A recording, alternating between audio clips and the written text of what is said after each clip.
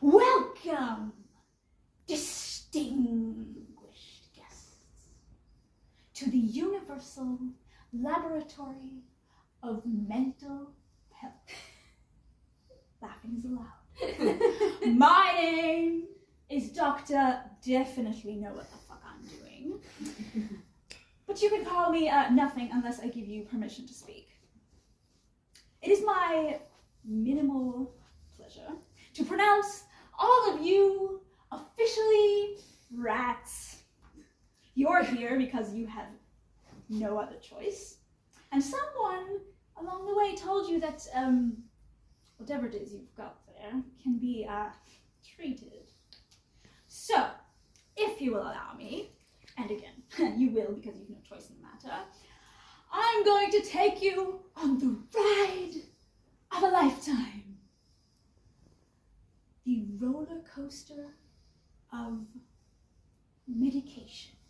An adventure you'll never forget. Unless you develop pseudo-dementia, which is a very real possibility. Now, some of you may have been here before, but for the benefit of those who have not, make no mistake, this is no ordinary carnival ride. Medication saved my life. Now, before we begin, I must legally inform you that there may be some minor side effects, ranging from barely noticeable all the way to deadly, but you certainly don't have to worry about that.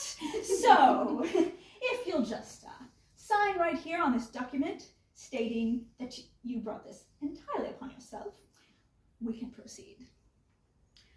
Our first stop is actually not a medication at all because your illness is apparently not severe enough to warrant treatment. So, wait, hold on, pause. So, we'll send you home to suffer alone for a couple of months or years. And toodles, come back when your life gets harder and your symptoms get worse. Oh, but ideally before you're dead. Thank you. Moving on to our second stop. Have you tried simply eating properly, sleeping well, and exercising enough? No? Well, good, you'd probably be shit at it.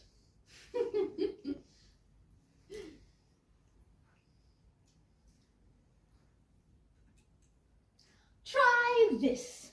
1 pill a day after breakfast. No, I'm not going to tell you what it's called or how it works because I think you're too stupid to understand.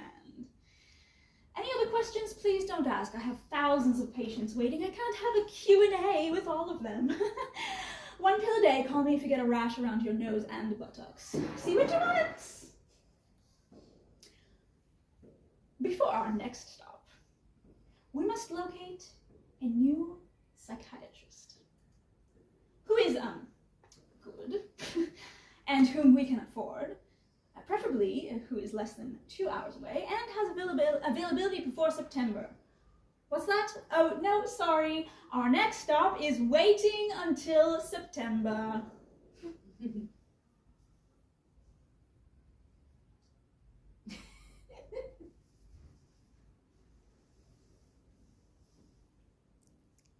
What? You suffering in the meantime? Then, once we've finally seen our September psychiatrist and received 2 new diagnoses in addition to what we already had, it's time to try Prozac. Good, you've heard of it. Now, this one may take several weeks to start working, so just keep taking it, don't worry if you feel worse. Virtually no side effects, sometimes no effects either. Once that stops working, which could be anywhere from 6 months to 10 years from now, we'll try our first SSRI. One of those S's stands for serotonin, the rest of the letters are unimportant. Take this one twice a day. Side effects may include dry eyes, dry mouth, itchiness, dizziness, weight loss, weight gain, major weight gain, and nightmares. Are you ready to increase your dosage? Woo! Oh, Nice. hallucinations. That's a fun side effect. Go ahead and quit that one cold turkey. We'll replace it with our next candidate, the SNRI. This one should help. Ah! Look at that! You've regained basic functioning abilities. Congratulations! You're stable. Ah, side effects. Yes. Let's see. Dizziness, dry eyes, dry mouth, headache, nausea, fatigue, chills, weight loss, weight gain, major weight gain, extremely sudden major weight gain, needing to buy new clothes, new towels, new underpants every 2 months, doctors advising you to lose weight, psychiatrists asking if you could be pregnant, and even after explaining that your fatigue is so severe, how on earth would you have the energy to fuck still making you take a pregnancy test? Brain fog, forgetfulness, insomnia, hypersomnia. Anyway, you get the point. Just read the pamphlet, they're all listed there. Oh, and this one comes with a bonus feature. If you miss even one dose, you might try to kill yourself. So take care and don't miss any doses. Brain fog and forgetfulness shouldn't have any impact on that at all. Now, it's time for the metagame. Medicating the side effects.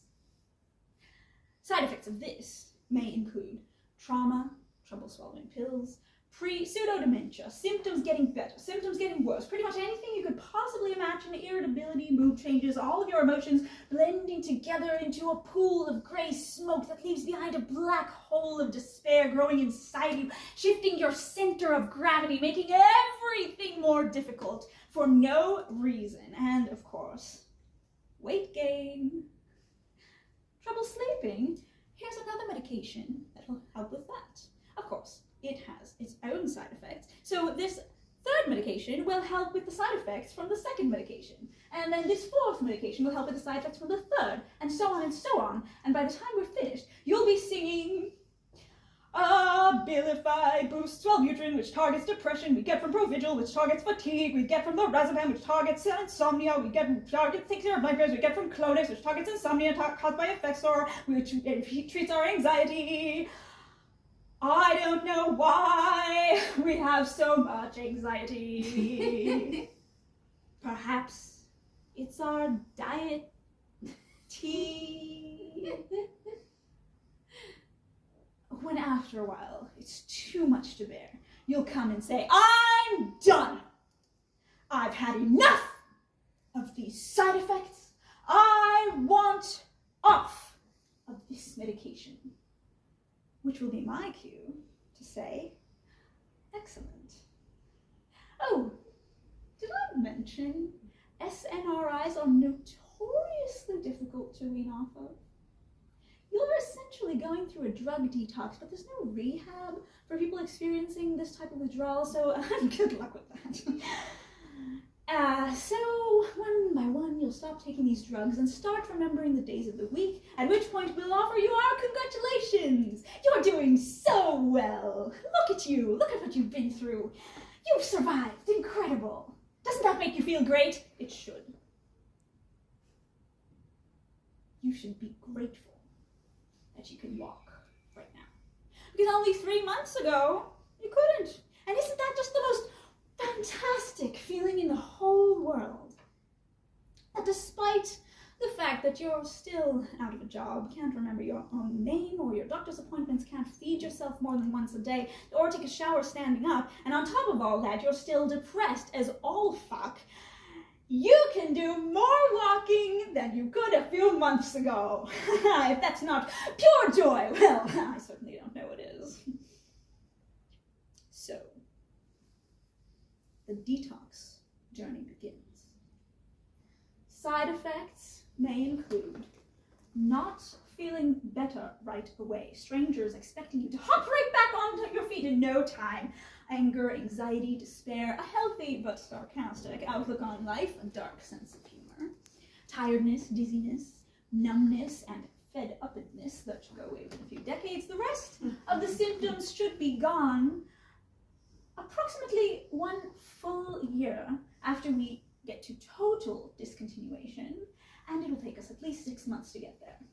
If that sounds like a long time, trust me, it's going to feel like longer. But afterwards you'll feel great. Finally, let me answer the question you're most certainly asking yourselves. Why? If the side effects are so severe, so unrelenting, so costly, why take medication at all? Wouldn't I be better off relaxing for a week in the Bahamas? Or drinking my specialty and doing yoga at sunrise? I've heard that helps. Or what about all of those natural antidepressants? You know, laughter, nature, exercise, meditation, oxytocin, serotonin, dopamine, cute animals, singing, dancing, going sugar-free, going gluten-free, losing weight, sunlight, greenery, chocolate, friendship, hugs, sex, working long hours, not working long hours, walking, stretching, sleeping, supplemental oils, smiling, crying, talking, writing, living in the moment. What part of oxytocin, serotonin, dopamine did you miss? What do you think is in these? It's the ability to get those things. It's the crutch that allows broken legs to walk out the door and get them. It's the brace that gives tired hands the strength to reach them. It's the backup that allows the voice telling us to get up and do the things, to beat the voice telling us to stay in bed. It's the bridge, the enabler, the window that lets us see through the prison walls, the torch illuminating our way through that dark tunnel until we can be sure that the light we see at the end of it is not a bicycle or a firefly or someone's smartwatch. You might get burned, but without it, you can't see, or feel, or think, or dream, or love, or hurt, or fly. So in answer to your question, that is why. What else? Just a few more warnings. Consult a doctor if pregnant or breastfeeding, or if you have human flesh and blood and basic common sense. You may gain the ability to spit in the face of death, tough it out through tumultuous years, a tsunami of life changes, grief, betrayal, losing yourself in 20 different universes, and still come out on top. You might experience a slight sense of the power to be the most passionate, most genuine version of yourself, superhuman strength, unstoppable curiosity, the capacity to feel every emotion on that banal color wheel you saw at your first appointment. It may cost you a few shitty jobs you didn't want anyway, and even a few even shittier friends without whom you'd undoubtedly be better off. No money-back guarantees, no insurance, no promises that any of this will work even at all. It's company policy. We can't have you suing our asses. Just the possibility, the distant chance of the best you've ever lived. While you ponder that, heed these final words. Fuck regret. Life is long, and the best is yet to come. So, buckle up. It's time for your next adventure. around the tube. Okay, bye!